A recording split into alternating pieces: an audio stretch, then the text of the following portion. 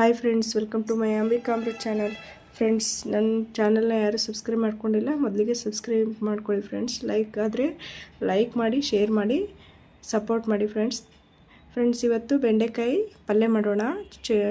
ಬೆಂಡೆಕಾಯಿನ ತೊಳೆದು ಚಿಕ್ಕದಾಗಿ ಹೆಚ್ಕೊಂಡು ಬಾಡಿಸ್ಕೊಂಡು 1 ಟೇಬಲ್ ಸ್ಪೂನ್ ಎಣ್ಣೆ ಹಾಕಿ ಚೆನ್ನಾಗಿ ಸ್ವಲ್ಪ ಹುರಿಯಿರಿ ಫ್ರೆಂಡ್ಸ್. ನಂತರ ಈ ಕಲರ್ ಚೇಂಜ್ ಆಗೋ ತನಕ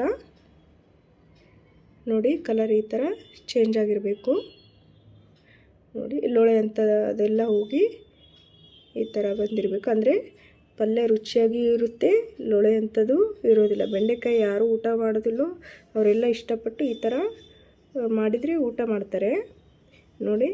ಎಣ್ಣೆ ಹಾಕಿ ಸಾಸಿವೆ ಕರಿಬೇವು ಹಾಕಿ ಒಗ್ಗರಣೆಗೆ, ನಂತರ ಈರುಳ್ಳಿ ಟೊಮೆಟೊ ಹಾಕಿ ಬಾಡಿಸಿ ಸ್ವಲ್ಪ. ನಂತರ ನೋಡಿ ಈ ಥರ ಕಲರ್ ಚೇಂಜ್ ಆಗಿ ಮತ್ತೆ